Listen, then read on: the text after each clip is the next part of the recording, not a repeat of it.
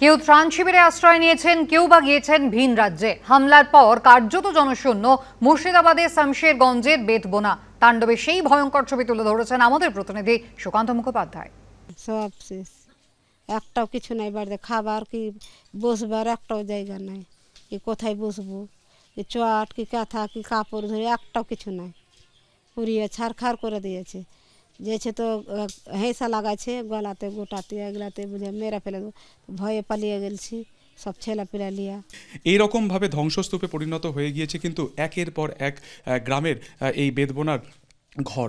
দেখা যাচ্ছে লণ্ডভণ্ড পরিস্থিতি, গেট ভেঙে ভেতরে ঢুকে হ্যাশবল যেটা দেখা যাচ্ছে পুরোপুরি বেঁকিয়ে দেওয়া হয়েছে। আর ভেতরে এই যে দৃশ্য, একেবারে কম্বল তুলে বিছানার মধ্যে আগুন লাগিয়ে দেওয়া, লেপ তোষক ফেলে দেওয়া, একেবারে এই যে দেখা যাচ্ছে যে সেটাকে লুট করা। দেখা যাচ্ছে আলমারি ভেঙে লকার পুরোপুরি খালি, লকার দেখা যাচ্ছে পুরোপুরি খালি, কিচ্ছু সেখানে কিচ্ছু নেই। সেখানে ভাঙার পর জিনিসপত্র এখান থেকে ভাঙচুর করে এখানে পুরোপুরি ফেলে রাখা হয়েছে। কিছু জিনিস এখান থেকে লুটপাট করা হয়েছে। দেখা যাচ্ছে পরিষ্কার যে হ্যাশবল পুরোপুরি বেঁকিয়ে দেওয়া হয়েছে, গেট ভেঙে দুষ্কৃতীরা ভেতর ঢোকে। এবং ঢোকার পর শুধুমাত্র যে এখানে লুটপাট চালানো হয়েছে এমন নয়, দেখা যাচ্ছে বাচ্চার ব্যাগও এখানে পড়ে রয়েছে, অর্থাৎ এখানেও কিন্তু একজন পড়ুয়া থাকতো।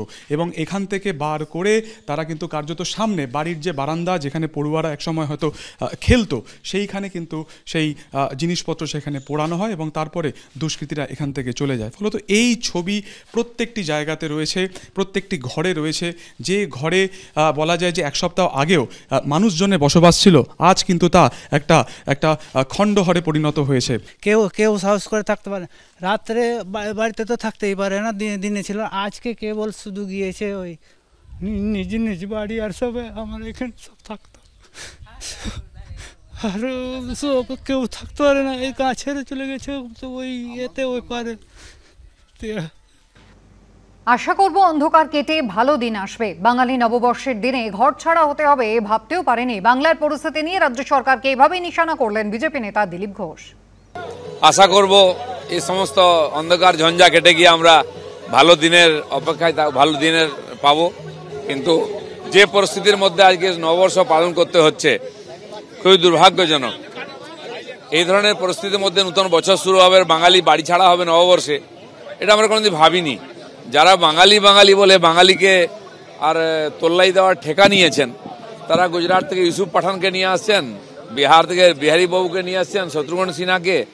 একদিন আজাদ কাশ্মীর জানতাম, এখন অন্য একজন আজাদ এসে গেছেন, তিনি বাঙালির প্রতিনিধি হিসাবে লোকসভায় যাচ্ছেন। এরা হচ্ছেন পশ্চিমবাংলার প্রতিনিধি, বাঙালির প্রতিনিধি লোকসভায় প্রতিনিধিত্ব করছেন।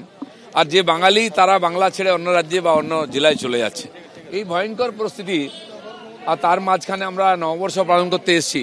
কোথায় রবীন্দ্রসঙ্গীত শুনবো, কোথায় নজরুল গীতি শুনবো, চারদিকে বোম বন্দুকের আওয়াজ শুনতে হচ্ছে, ঘর ছাড়াদের হাহাকার শুনতে হচ্ছে। এর চেয়ে দুর্ভাগ্যের দুঃখের দিন পশ্চিমবাংলায় আর কি হতে পারে।